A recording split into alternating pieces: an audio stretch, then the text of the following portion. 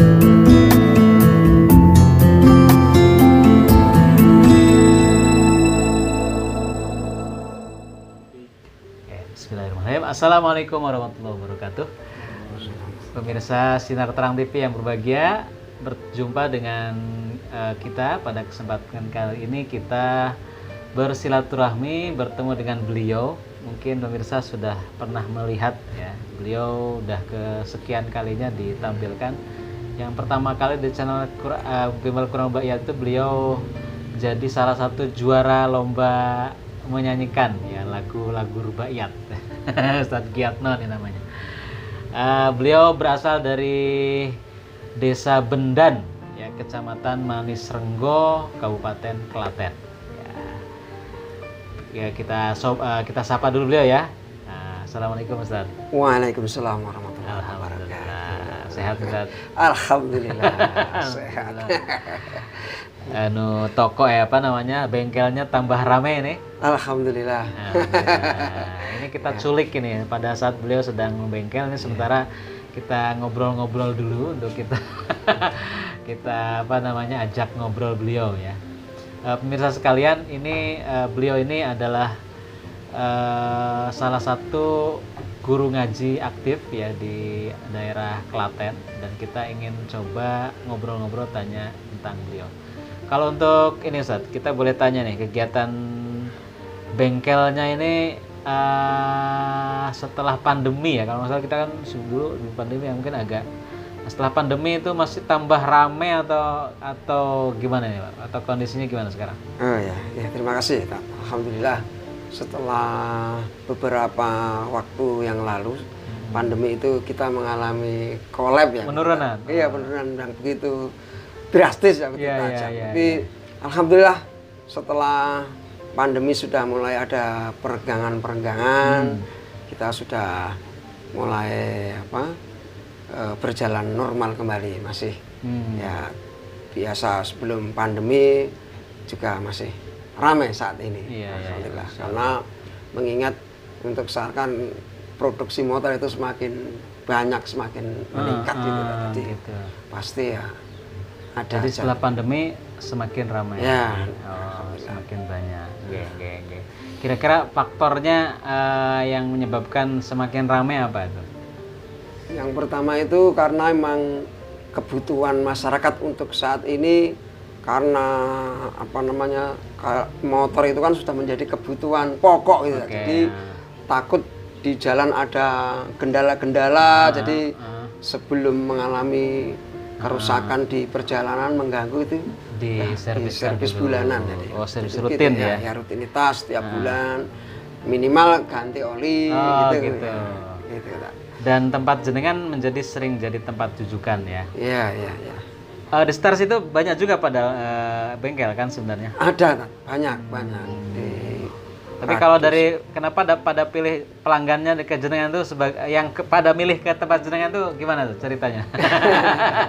Ini cerita tentang kalau menurut teman-teman itu, kalau saya itu biasa mengalami pasien itu dalam bahasa mereka itu renyah, renyah gitu.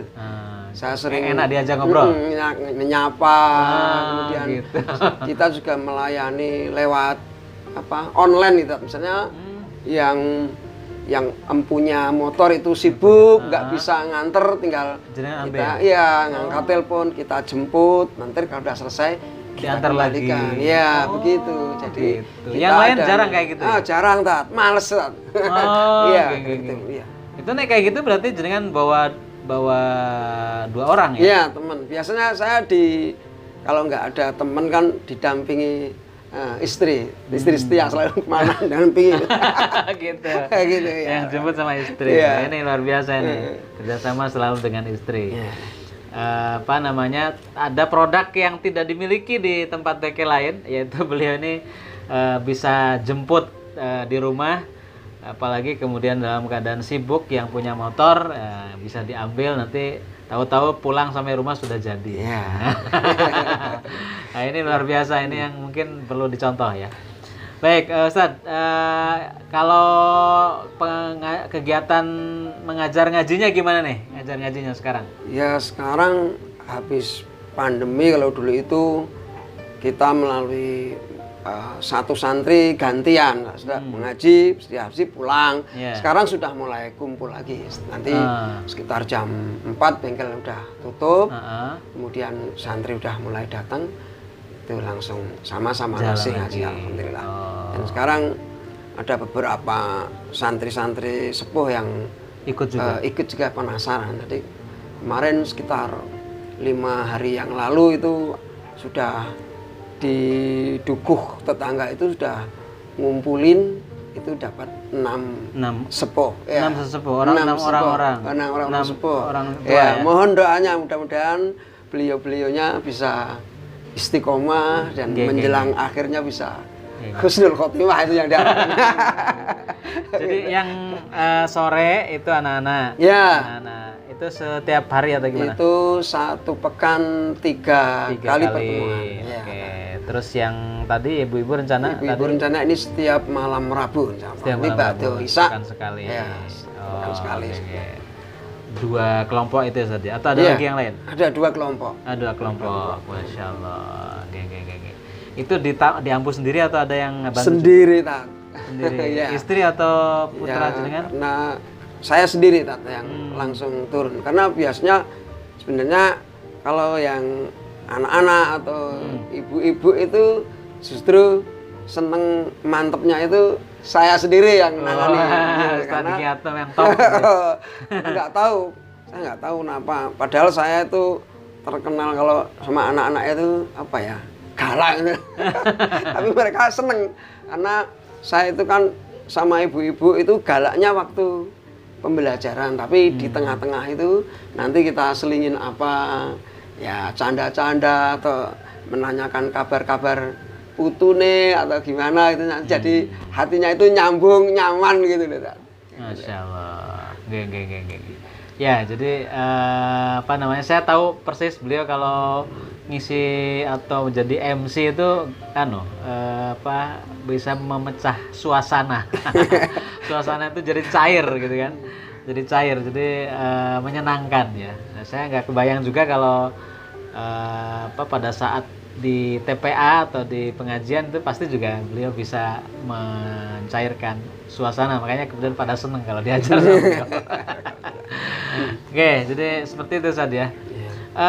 Boleh tahu Ustadz, berarti kan kegiatan Ustadz selain bengkel kalau siang hari, sore kadang-kadang ngajar ngaji, malam. Kemudian di kampung juga ada. Jadi dari pengajian ke pengajian. Dari pengajian ke pengajian. Oke, jadi kegiatannya intinya kegiatan ngajar ngaji atau ikut pengajian atau ikut ngelola pengajian. Iya. Dari pengajian ke pengajian. Nah, boleh tahu Ustaz. Jadi kok bisa ya kegiatan itu luar biasa gitu. Artinya kan tidak semua orang itu kegiatan seperti itu ya. Rata-rata orang itu kan siangnya hidup urusan dunia, sorenya juga di rumah juga urusan dunia lagi, malam juga urusan dunia lagi. Ya maksudnya urusan dunia tuh ya paling banter dengan keluarga, piknik dengan keluarga, mungkin makan atau kumpul dengan tetangga, ngobrol gitu kan, di rumah nonton TV atau apa gitu. Tapi nek kayak jenengan ini kok ngajar ngaji, ngisi pengajian atau ikut ngaji gitu atau ngelola pengajian. Nah, apa itu alasannya ya? Jenengan pilih kegiatannya itu seputar itu gitu. Jadi gini, saya sebenarnya mohon maaf, saya terinspirasi mereka orang-orang di luar sana yang nyun sewu bahasanya itu yang jauh dari agama. Itu begitu mati-matian membela kegiatannya, bahkan dalam tanda kutip dalam kesesatan pun mereka tetap bela. Padahal ketika mereka tahu yang dia bela itu tidak ada manfaatnya, bahkan Allah sampaikan kalau dia memahami bahwa yang dia kerjakan itu tidak ada manfaatnya, bahkan akan mendapatkan siksa yang sangat pedih itu ya. Mereka akan menyesal. Nah, sedangkan kita yang paham kok kalah dengan mereka. Bahkan kemenangan kita saja udah dijamin oleh Allah. Yang kita kan membela agama Allah, maka ya gitu. Nah, kita tahu persis kok kalah dengan mereka itu malu dengan gitu. Oh gitu. Jadi apa namanya, motivasinya beliau ingin membuktikan bahwasanya kegiatan mengaji dan membina umat itu adalah membela agama Allah, dan harus malu dengan orang yang sebenarnya nggak membela agama Allah, malah semangat itu. Harus semangat. Harus semangat. Ya, baik, barakallah. Ini pelajaran penting buat kita nih Pak sekalian dari beliau Ustadz Giyatno ini. Barakallah fikum Ustadz. Ini kita sambil kesini tuh sambil juga membawakan sedikit oleh-oleh Ustadz. Wah, hanya apa namanya, bingkisan dari titipan para donatur Sintesa Berbagi dan BMM Baitul Mal Muamalat ya. Diucapkan jazakumullah khairan katsir, mohon diterima Ustadz. Ya, alhamdulillah. Hanya mungkin beras dan beberapa paketan lainnya. Semoga bermanfaat. Ini hanya sekedar tali asih mungkin dari mereka sebagai bentuk